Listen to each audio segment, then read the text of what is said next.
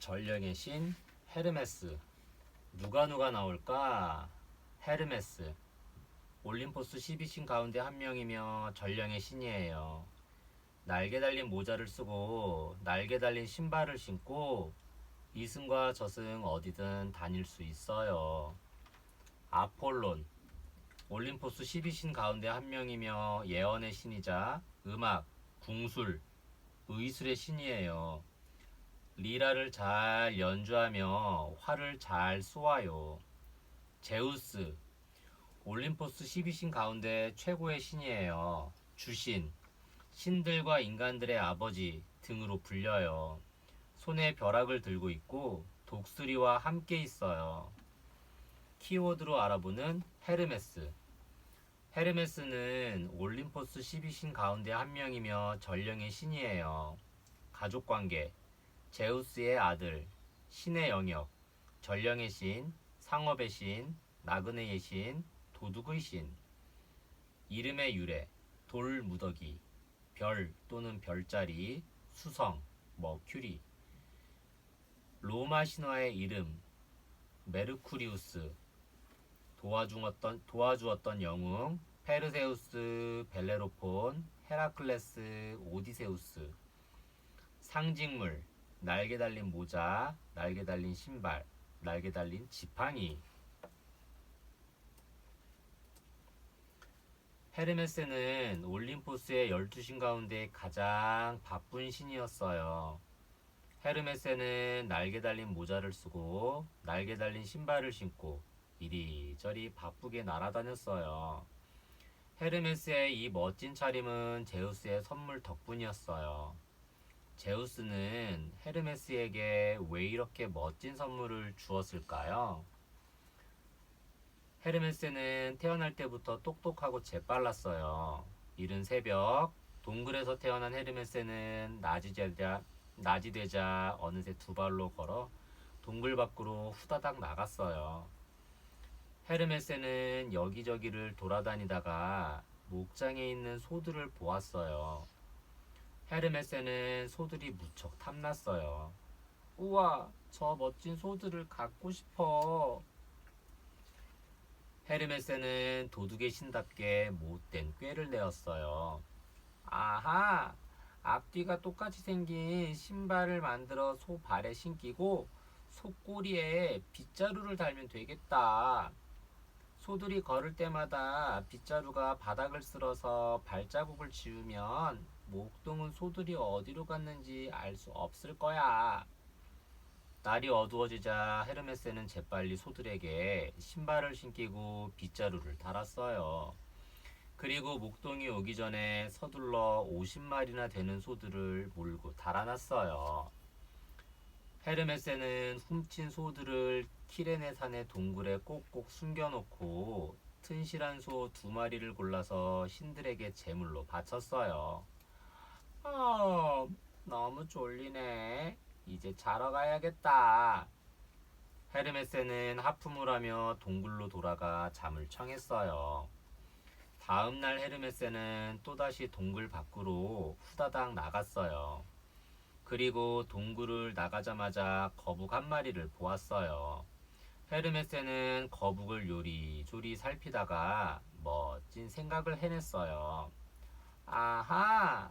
거북의 등딱지로 악기를 만들어야겠다. 헤르메스가 만든 악기는 리라였어요. 한편 소들이 사라진 목장에서는 난리가 났어요. 소들을 지키던 목동은 아폴론이었어요. 아니, 소들이 모두 어디로 갔담?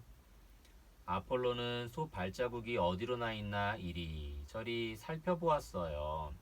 하지만 빗자루로 쓴 자국뿐인데다 그나마 남아있는 몇몇 소 발자국도 앞뒤 모양이 똑같아서 소 떼가 어느 쪽으로 갔는지 도무지 알 수가 없었어요. 이대로 물러설 아폴론이 아니었어요. 아폴로는 사람들에게 물어보았어요. 지난밤 소떼를 몰고 간 자를 본 적이 있느냐? 한 어린아이가 소떼를 몰고 가더군요. 하지만 어디로 갔는지는 모르겠어요. 아폴로는 점을 쳐 소들이 어디로 갔는지 알아냈어요. 그 길로 아폴로는 헤르메스를 찾아갔어요. 헤르메스, 네가 내 소들을 훔쳐갔지? 헤르메스는 뻔뻔하게 시치미를 뗐어요. 저는 아폴로님의 소들이 어디에 있는지 몰라요. 생각해 보세요. 작고 어린 제가 어찌 소를 훔칠 수 있다는 말이에요. 하지만 아폴로는 믿지 않았어요. 아폴로는 제우스에게 도움을 청했어요. 헤르메스, 아폴론에게 소들을 돌려주어라. 제우스가 타일렀지만 헤르메스는 여전히 모르는 일이라며 잡아뗐어요. 아폴로는 머리 끝까지 화가 났어요. 헤르메스, 당장 내 소들을 내놓지 않으면 큰 벌을 내릴 것이다. 화가 나서 소리치는 아폴론을 보자 헤르메스는 슬그머니 겁이 났어요.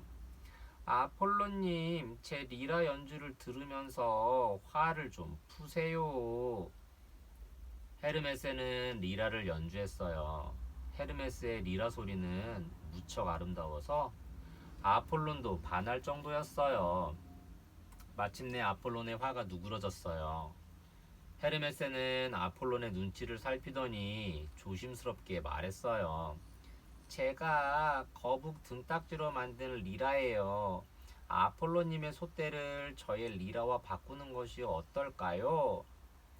리라 소리에 마음을 뺏긴 아폴로는 고개를 끄덕였어요. 상업의 신 헤르메스의 첫 번째 거래가 이루어진 거래요. 제우스는 똑똑하고 재빠른 헤르메스가 무척 마음에 들었어요. 헤르메스, 앞으로 너는 세상에 내 뜻을 전하는 심부름꾼이 되어라. 제우스는 헤르메스에게 날개 달린 모자와 날개 달린 신발을 주었어요. 그래서 헤르메스는 전령의 신이 되었어요. 그날 이후 헤르메스는 여기저기 바람처럼 날아다녔어요. 신과 사람 사이를 오가며 저승과 이승을 오가며 소식을 전했어요. 또 죽은 영혼들을 저승까지 데려다주는 일도 했어요. 그렇게 헤르메스는 올림포스의 12신 가운데 가장 바쁜 신이 되었어요. 헤르메스는 전령의 신이에요. 헤르메스는 제우스의 아들이며 제우스의 심부름을 도맡아 했어요. 상업의 신이자 도둑의 신이기도 했어요. 날개 달린 모자를 쓰고 날개 달린 신발을 신고 저승도 자유롭게 다닐 수 있었어요. 헤르메스를 영혼의 안내자라고 불렀어요. 헤르메스는 가지 못하는 곳이 없어서 하데스의 나라인 이승도 곧잘 드나들었어요. 그래서 죽은 자들의 영혼을 저승으로 안내하는 일을 했어요. 또 헤르메스는 데메테르에게 페르세포네를 돌려주라는 제우스의 말을 전하기 위해 하데스를 만나러 저승에 가기도 했고, 저승문을 지키는 케르베로스를 사냥하러 가는 헤라클레스를 돕기도 했어요. 오르페우스가 하데스의 말을 어기고 뒤돌아보아 에우리디케가 저승으로 돌아가야 했을 때도 헤메레스가 에우리디케를 하데스에게 안내했어요. 헤르메스를 아르고스를 벤자라고 불렀어요. 제우스는 헤라의 질투가 걱정되어 이유를 암소로 변하게 했어요. 헤라가 눈이 100개 달린 아르고스에게 이유를 지키게 하자 제우스는 헤르메스에게 아르고스로부터 이유를 구해오라고 했어요. 헤르메스는 꾀를 부려 아르고스의 목을 베고 이유를 구해내었어요. 양치기의 신 판은 헤르메스의 아들이라고 전해지고 있어요. 사람의 얼굴과 몸에 염소의 다리와 뿔을 가진 판은 헤르메스와 님프 드리옵스의 아들이라고 해요. 드리옵스는 판을 낳자 깜짝 놀라 내다 버렸어요. 하지만 헤르메스는 판을 올림포스로 데려가 다른 신들에게 자랑스럽게 보여주었고, 신들은 판을 보고 즐거워했어요. 모두들 즐겁게 만들어 주었으며 인간과 짐승의 모습 모두 갖고 있다고 하여 모든을 뜻하는 판이라는 이름을 붙여 주었어요. 헤르메스의 지팡이는 아폴론에게서 받았어요.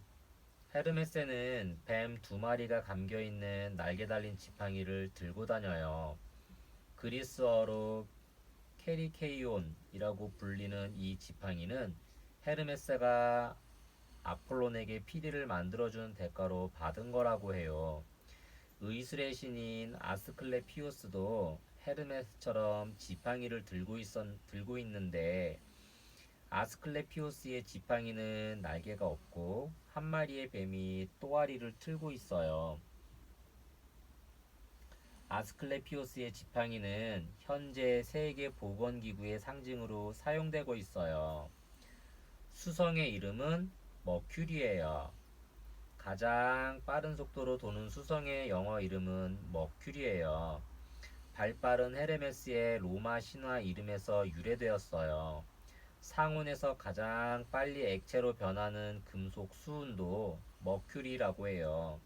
전령으로서 이승과 저승을 넘나들고 신들의 세계와 인간계를 재빨리 넘나드는 헤르메스의 모습에서 따온 것이에요.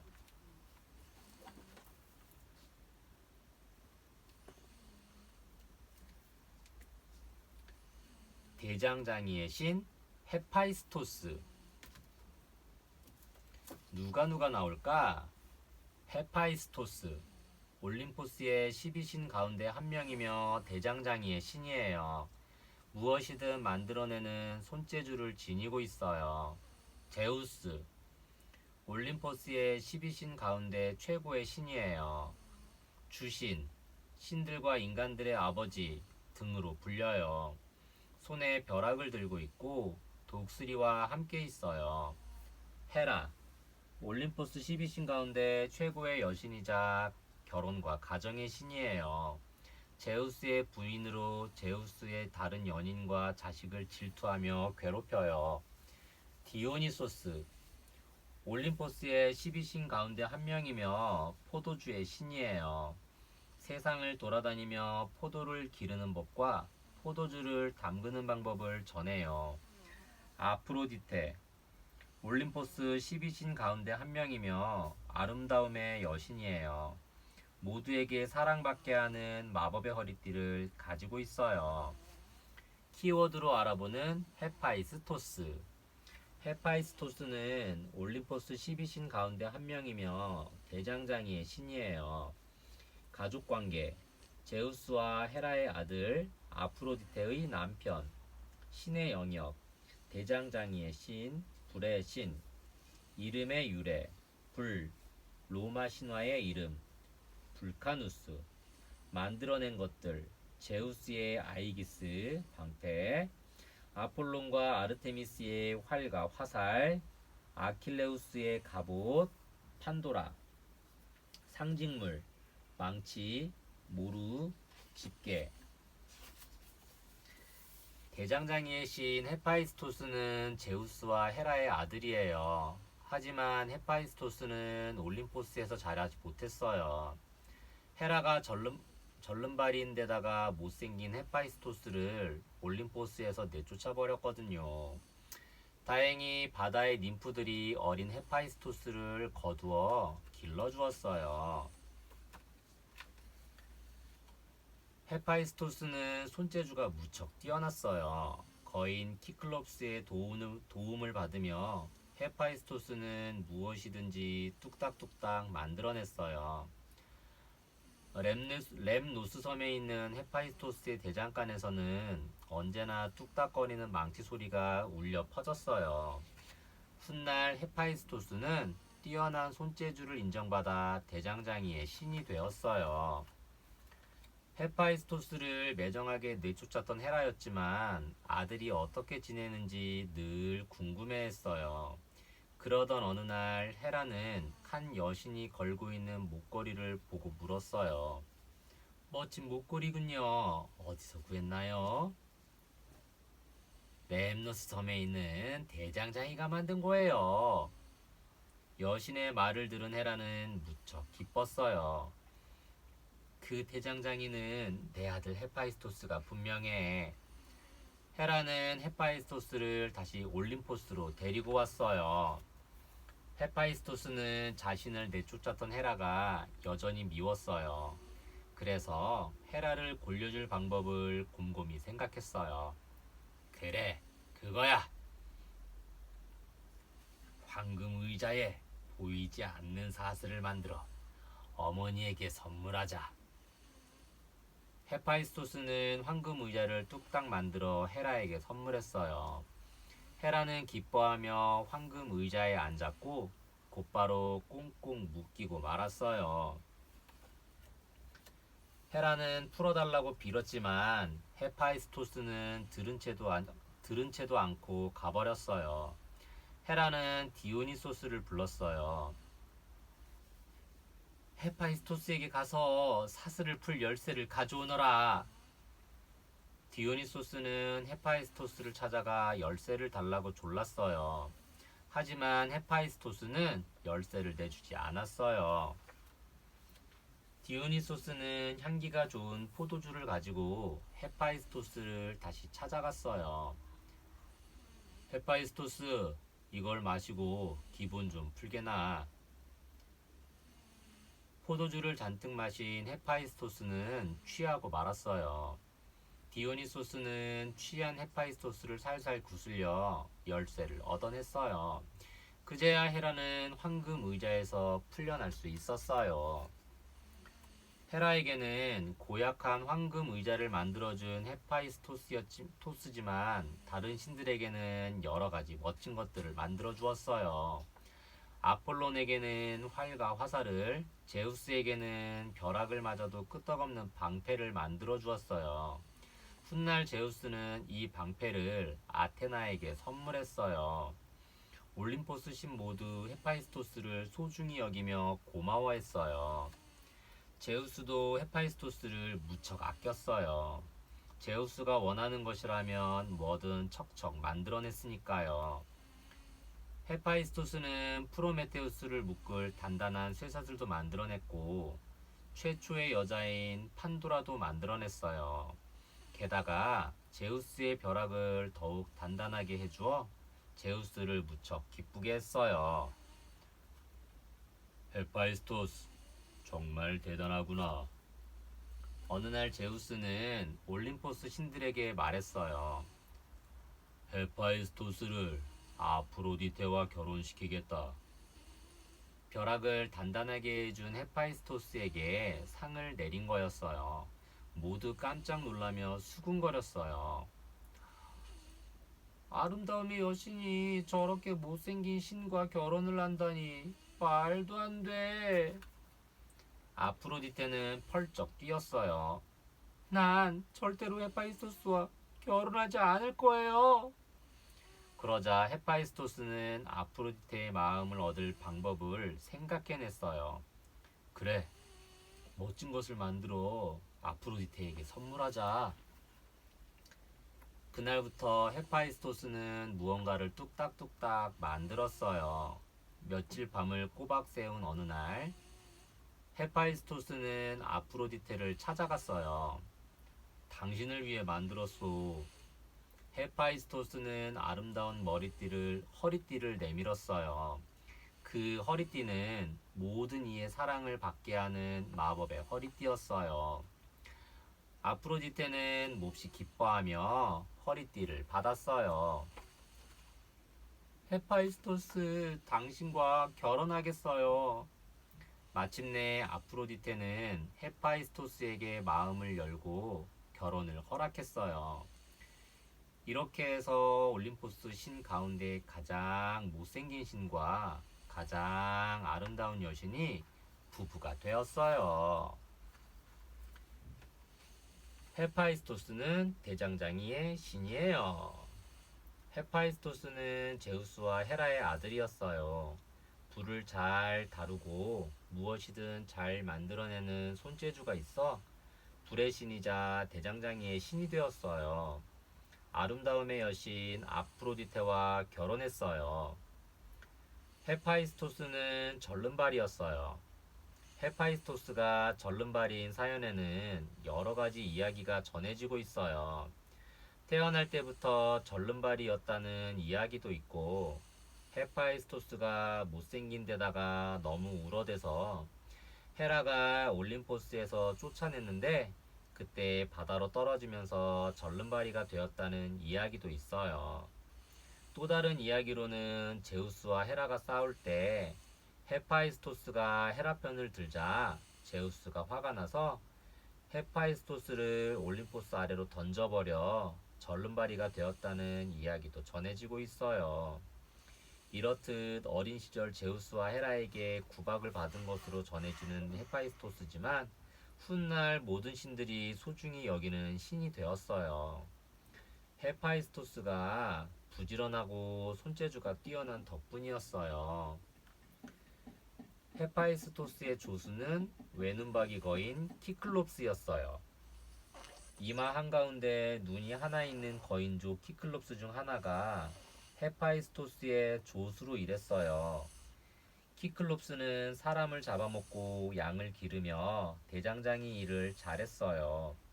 키클롭스는 여러 신화에 나오고 있어요.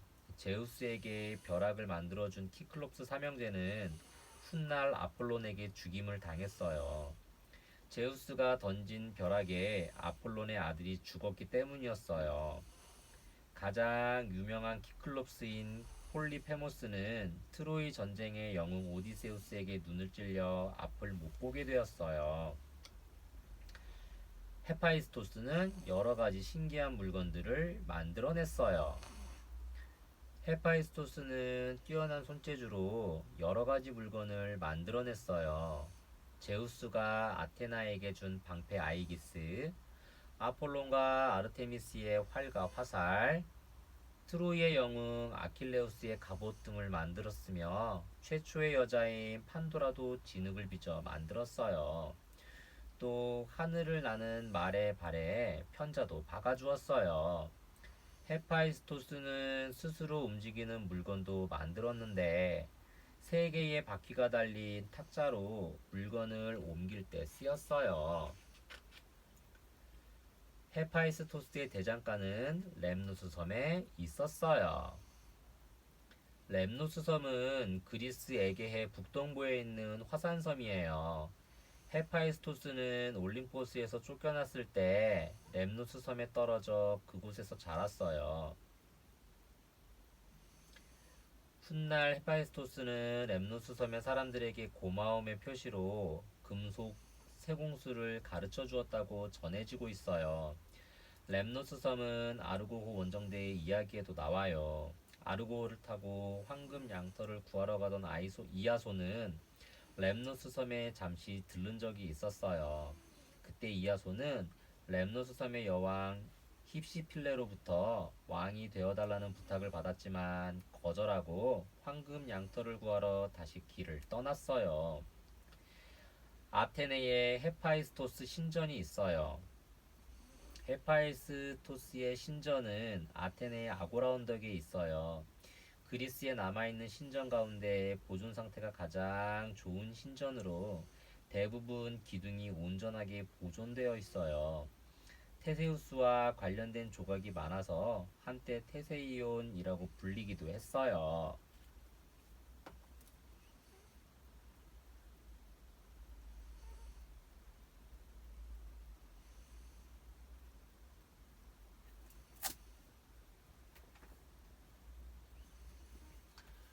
포도주의 신 디오니소스.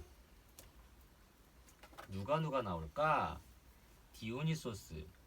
올림포스 12신 가운데 한 명이며 포도주의 신이에요. 세상을 또 떠돌아다니며 포도를 기르는 법과 포도주를 담그는 방법을 전해요. 제우스. 올림포스 12신 가운데 최고의 신이에요. 주신, 신들과 인간들의 아버지 등으로 불려요. 손에 벼락을 들고 있고 독수리와 함께 있어요. 헤라, 올림포스 12신 가운데 최고의 여신이자 결혼과 가정의 신이에요. 제우스의 부인으로 제우스의 다른 연인과 자식들을 질투하며 괴롭혀요. 세멜레, 디오니소스의 어머니예요. 헤라의 꿰매 빠져 제우스의 본 모습을 보고 그 자리에서 타 죽고 말아요. 키워드로 알아보는 디오니소스. 디오니소스는 올림포스 12신 가운데 한 명이며 포도주의 신이에요. 가족관계. 제우스와 세멜레의 아들, 신의 영역, 포도주의 신, 포도의 신, 풍요의 신, 기쁨의 신. 따르던 인물, 실레노스, 사티로스. 로마 신화의 이름, 바쿠스. 별명, 디메토르, 어머니가 돌인자. 폴리고노스, 거듭 태어난 자. 브로미오스, 소란스러운 자. 리아에수스, 근심을 덜어주는 자. 상징물, 포도, 포도주, 표범, 호랑이, 지팡이 티르소스, 악기 팀파논.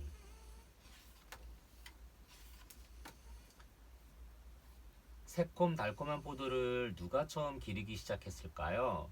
바로 유쾌한 신 디오니소스예요. 디오니소스는 처음으로 포도를 기르고 포도의 즙을 짜서 포도주를 만들었어요. 그래서 포도의 신이자 포도주의 신이 되었어요. 디오니소스의 탄생은 무척 별났어요. 세상에 두 번이나 태어났거든요. 어떻게 그럴 수 있었을까요? 어느 날 제우스가 인간 세상에 내려갔다가 아름다운 세멜레 공주와 사랑에 빠졌어요. 그러자 제우스의 부인인 헤라는 몹시 화가 났어요. 딸을 두고 감히 다른 여인을 사랑한다고? 가만두지 않겠어! 헤라는 노파로 변장하고 세멜레를 찾아갔어요. 공주님이 만나고 있는 분이 정말 제우스가 맞나요? 자기가 제우스라고 거짓말을 하는 청년들이 있다던데. 헤라의 말을 들은 세멜레의 마음에 의심이 싹 텄어요. 헤라는 뱀 같은 목소리로 세멜레를 부추겼어요. 다음에 그분을 만나면 신의 모습을 보여달라고 하세요. 며칠 뒤 제우스가 인간의 모습으로 세멜레를 찾아왔어요. 제우스님, 제발 저에게 신의 모습을 보여주세요. 그럴 수 없소. 인간은 신의 빛을 견디지 못하오. 제우스는 한사코 말렸지만 세멜레는 계속 졸라댔어요. 어쩔 수 없구나. 어리석은 세멜레여, 내 모습을 보시오. 눈 깜짝할 사이 제우스는 황금 갑옷을 입은 신의 모습으로 변했어요. 제우스의 빛이 너무나 강해서 세멜레의 몸은 불타고 말았어요. 그 바람에 세멜레의 뱃속에 있던 아기가 태어나 버렸어요. 세멜레는 잃었지만 아기마저 잃을 수는 없지. 제우스는 덜 자란 채 세상에 나온 아기를 살리기 위해 자기 허벅지에 아기를 넣고 꿰맸어요. 몇 달 뒤 다 자란 아기가 제우스의 허벅지에서 태어났어요. 이 아기가 바로 디오니소스였어요. 디오니소스는 ним프들의 보살핌을 받으며 무럭무럭 자라났어요. 어른이 된 디오니소스는 올림포스에만 머무르지 않고 여기저기 떠돌아다녔어요. 디오니소스는 어디를 가나 인기가 좋아 늘 따르는 무리가 있었어요. 사티로스와 늙은 스승인 실레노스도 디오니소스와 함께 했어요. 디오니소스는 무리와 함께 악기를 연주하고 춤을 추며 즐겁게 여행을 했어요. 디오니소스는 유쾌한 신이었지만 때로는 아주 무서운 신이기도 했어요. 어느 날 디오니소스는 홀로 키오스 섬의 바닷가를 걷고 있었어요. 그때 물을 구하러 잠시 섬에 들른 어느 배의 선원들이 디오니소스를 보았어요. 잘생긴 젊은이로군. 잡아가서 노예로 팔면 제법 돈을 벌겠어. 선원들이 디오니소스를 잡아오자마자 선장도 무척 기뻐했어요. 선원들은 디오니소스를 잡아서 돛대에 꽁꽁 묶어두었어요. 디오니소스는 조금도 반항하지 않고 조용히 미소만 지었어요. 선장님, 아무래도 이분은 인간이 아닌 것 같아요. 정성껏 대접하고 돌려보내드리는 게 좋겠어요. 신의 기운을 느낀 키자비가 두려움에 떨며 말했어요. 하지만 선장은 키자비의 말을 무시하고 배를 출발시켰어요. 배가 바다 한가운데로 들어섰을 때였어요. 디오니소스를 묶었던 밧줄이 탁 풀렸어요. 보기보다 힘이 세군. 다시 단단히 묶어라. 하지만 아무리 단단하게 묶어도 밧줄은 금세 풀렸어요. 쇠사슬로도 묶어보았지만 소용없었어요. 선원들은 놀라서 입을 떡 벌리고 디오니소스를 바라보았어요. 그때였어요.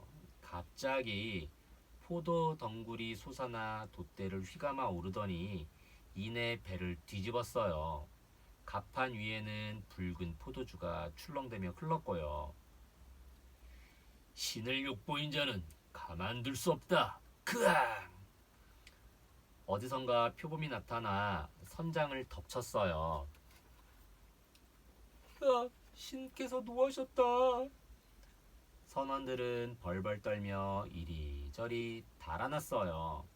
그런데 이게 웬일이에요? 선원들의 등이 둥글게 휘기 시작하더니 주둥이가 튀어나오고 팔다리가 뭉툭해졌어요. 순식간에 선원들은 돌고래로 변해 바다로 풍덩풍덩 뛰어들었어요. 선원 가운데 돌고래로 변하지 않은 한 사람이 있었어요. 바로 신의 기운을 알아차린 키자비였어요. 나와 함께 가겠느냐? 키자비는 디오니소스를 따르겠다고 했어요. 디오니소스는 키자비를 데리고 무리로 돌아갔어요. 디오니소스는 다시 유쾌한 신이 되어 무리를 이끌며 즐거운 여행을 떠났어요. 디오니소스는 포도주의 신이에요. 디오니소스는 포도와 포도주의 신으로 머리에 포도 덩굴에 관을 쓰고 손에는 포도송이나 술잔을 들고 있는 모습으로 그려지고 있어요. 어머니 세멜레의 뱃속에서 달을 채우지 못하고 태어나 아버지 제우스의 넓적다리에서 자란 다음 다시 태어났어요. 디오니소스는 니사산에서 자랐어요.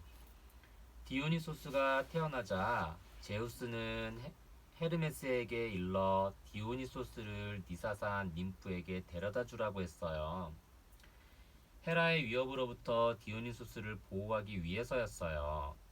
디오니소스는 니사산에서 이모인 이노와 니사산의 ним프들의 손에서 자랐어요. 니사산은 전설에 나오는 산으로 위치는 이야기에 따라 인도, 이집트, 에티오피아, 리비아 등 다양하게 나타나고 있어요. 헤라는 디오니소스를 떠돌아다니게 했어요. 디오니소스는 헤라의 눈을 피해 무사히 자라 어른이 되었어요. 하지만 헤라의 저주를 피하지는 못했어요. 헤라는 디오니소스를 살던 곳에서 쫓아내고 세상을 떠돌아다니게 했어요. 그래서 디오니소스는 한 곳에 머무르지 못하고 세상을 떠돌아다니며 포도를 재배하는 법과 포도주를 만드는 법을 알렸어요. 그래서 포도와 포도주가 전해진 길이 디오니소스가 떠돌아다닌 길과 같다고 해요.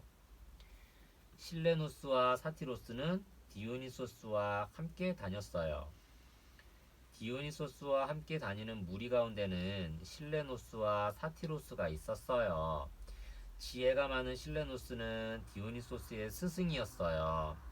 흔히 술에 취해 비틀거리며 당나귀를 타고 있는 노인의 모습으로 그려지고 있어요. 사티로스는 얼굴은 인간이지만 몸의 아랫부분은 염소의 모습을 한 괴물이에요. 머리에 작은 뿔이 나 있으며 장난이 심했어요. 고대 그리스에서는 디오니소스 축제가 열렸어요. 포도주의 신 디오니소스를 기리기 위한 디오니소스 축제는 일주일 정도 계속되었다고 해요. 축제 동안 디오니소스에게 바치는 연극 경연이 열렸는데 봄 축제는 비극적인 주제로 열렸으며 겨울 축제는 익살스러운 주제로 열렸어요. 특히 디오니소스에게 바치는 합창가는 그리스 연극으로 발전되었어요. 디오니소스는 포도 재배하는 법을 스스로 깨쳤어요. 디오니소스는 포도 재배하는 법과 포도즙을 짜서 술을 만드는 법을 스스로 알게 되었다고 해요. 포도는 덩굴 손을 길게 뻗어 다른 것을 감으면서 자라요. 포도는 익으면 열매를 그냥 먹기도 하고 잼이나 주스, 포도주, 건포도, 젤리 등으로 만들어 먹기도 해요. 이탈리아, 프랑스, 체코, 미국 등에서 많이 재배되고 있어요.